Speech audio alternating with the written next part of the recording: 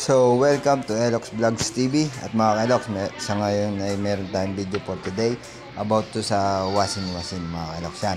Kinalag ko na nga pala yan, mga Elox. At kasi kinalawang yung tornilyo doon, kaya ginamitan ko ng grinder. Bali ang ating washing machine ng tatak ay Eureka 7 kilogram. Nakasaksak na siya, mga Elox. Tapos bubuhayin natin. Ang issue niya ay naugong lang siya, hindi siya nag-i-spin. Yung kanyang dryer hindi nag-i-spin. Napakinggan nyo, natunog siya. Ugong lang ang meron, mga Elox. Bali binuksan ko na yan para ma-check ko kung anong naging problema. Yan.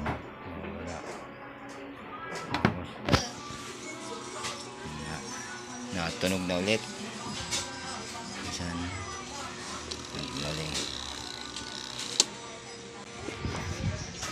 At lipat naman tayo dito sa likod ng ating washing machine, yung sa mata niya, mga Elox. Pakita ko sa inyo nung binuksan ko yung washing machine, mga Elox. Ito, bali itong tumambad sa kanya, yung kanya spin motor. Napansin ko yung kanyang kable dito, medyo putol na pala, mga Elox. Putol na yung kanyang kable, yung adjacent dun sa spin motor niya. Yes, yun, sa may framing yun. Hindi kasi ako familiar sa mga pyesa ng washing machine, mga Elox. Kaya kung ano lang makita ko, hindi ko alam kung tawag. Pero itama nyo na lang kung sakali, kung tama ba siya o mali. Pakicorrect nyo na lang ako, mga Elox. At nung binuksan ko nga pala, mga Elox, yung makina ng ating washing machine, yung likod, aray bumungad sa akin. Ito ko yung adjuster, yung cable niya, yung sa niyang spin motor, dryer motor.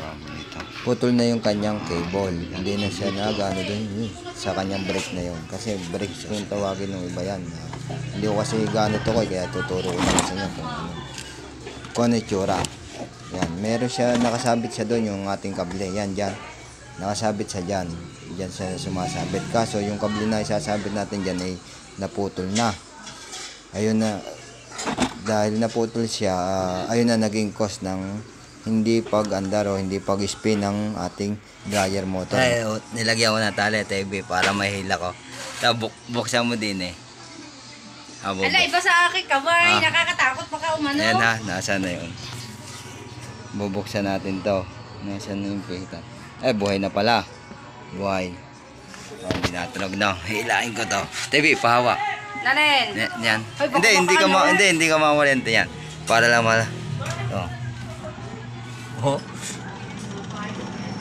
Ilok po kang makasabog. Hindi yan. Naikot. Ito na, Elok. Natatakot. Alam mo, sa mga yun ay magtalsik. Ako parang natakot na. Ito lang kasi yung ito lang ang naputol. Tinan mo. Yan.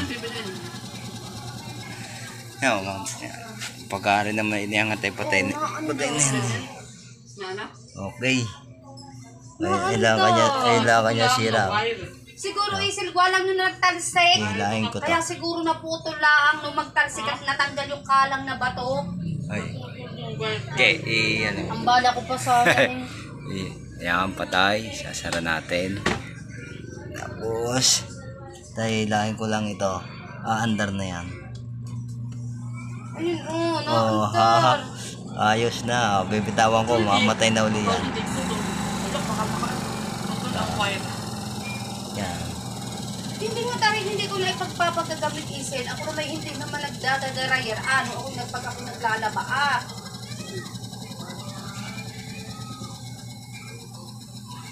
Pero dapat pantay na ang pinagpapatungan ko niya. Okay.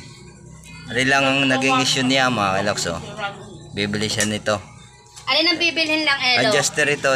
Elok, pero pag ako halimbawa, nakabili ako niya, kaya mong ilagay? Ilalagay ko na rin para kaya mo? para umandar na rin yung kuhan. Tatanggalin ko na rin tali. Ayun na, pala. At mga Elox, na nga pala, tinanggal ko ng kung tawagin ng adjuster, yung cable niya. Yung naka-direkta doon sa kanyang spin motor. Mga Elox, yan, Bali, dito siya naputol. Yan. Kaya natin kinalag to, dadali natin yung sample sa bilihan kasi hahanap siya ng kung saan nakakabili ng ganyang pyesa mga kailoks. Ayan lang naman ang kanya naging sira. Kaya okay na uli yung kanyang washing machine mga kailoks. Okay. Ito ganito papabili natin sa may-ari ng washing. Hindi na junk shop. Hindi sa mga ano, Sa hardware. oo, hindi sa ganon. Yung sa mga nagbibili ng mga ano, Mga buti, magbukal buti. Yo, Okay. pumalap yung ganari kalaki. 7.8. naputol lang ano. Oo. Di ba ang naghalaan niya ng tumatse? Kaya Sa tingin ko mga kailoks ay mukhang ganito na lang ang video natin for today. At antayin ko na lang bumili ng pyesa yung may-ari ng washing mga kailoks. Oh, mura lang yun. Talila lang yun.